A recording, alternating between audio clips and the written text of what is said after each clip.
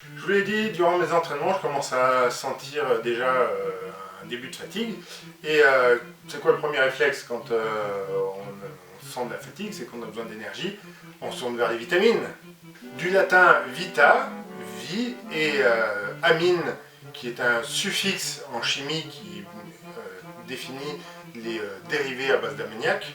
Oui, ce qui est une erreur de jugement initial qui a conduit d'ailleurs dans certaines langues à supprimer le E final pour essayer de corriger un petit peu cette erreur en fonction de la nomenclature biochimique. Une vitamine est une molécule nécessaire en toute petite quantité au bon fonctionnement d'un organisme. Un organisme vivant qui n'est pas capable de synthétiser, c'est-à-dire de créer par soi-même juste parce qu'il reçoit du soleil, de la pluie, du vent, ou en tout cas pas capable de synthétiser en quantité suffisante par lui-même cette molécule, et qu'il doit donc aller chercher en complément dans son alimentation.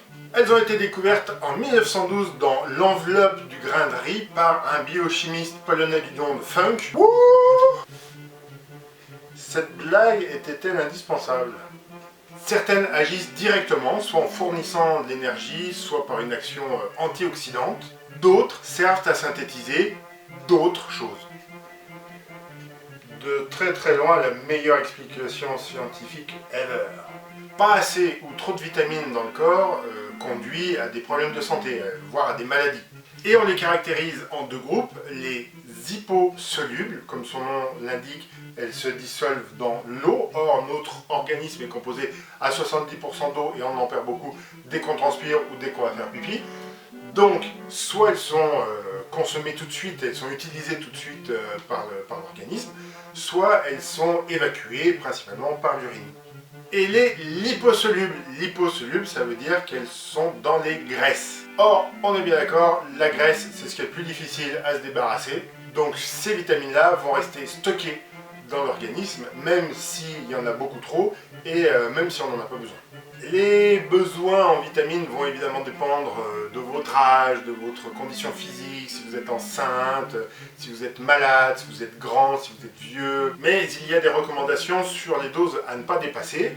Je ne vais pas entrer dans le détail, mais j'évoque ça simplement parce que les produits anti-âge, anti-vieillissement ou autobronzants dépassent largement ces doses recommandées maximales. Et certains compléments alimentaires vitaminés dépassent aussi, alors que les compléments alimentaires, c'est un truc de riches, en général de riches qui n'ont pas de carence, parce qu'ils ont les moyens de bien se nourrir, alors que les pauvres n'ont pas les moyens de bien se nourrir, ils se nourrissent mal. Donc, ils ont des carences, mais ils n'ont pas forcément de fric à dépenser dans des compléments alimentaires.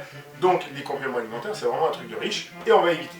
Parce que quand je pointe l'alimentation, si vous consommez 5 fruits et légumes par jour, théoriquement, vous avez suffisamment d'apports vitaminés. Alors je dis théoriquement parce que vous en avez certainement déjà entendu parler d'une manière plus ou moins bien formulée dans les grands médias, mais il y a plusieurs études qui démontrent que de 1950 aux années 2000, en moyenne, on a perdu 20% de vitamines et de nutriments dans les légumes qu'on cultivait dans nos jardins à nous. Ça monte même jusqu'à 48%. Et c'est encore pire depuis les années 2000. En cause, les semenciers vont préférer sélectionner des semences provenant de fruits ou de légumes qui sont beaux, qui donnent envie et qui sont plus résistants dans le temps, comme ça ils restent plus longtemps dans l'étal du magasin, donc ça coûte moins cher d'en vendre. Mais ce ne sont pas forcément les aliments les plus nutritifs.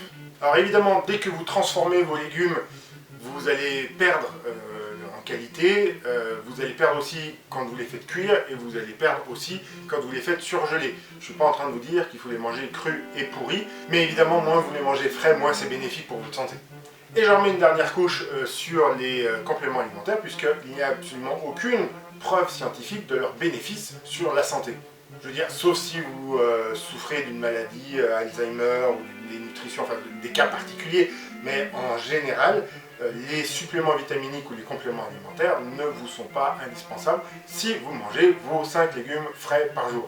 De A à PP, 9 vidéos pour explorer les vitamines dans le désordre, comprendre leurs apports, savoir où les trouver, tous les jeudis à 18 h.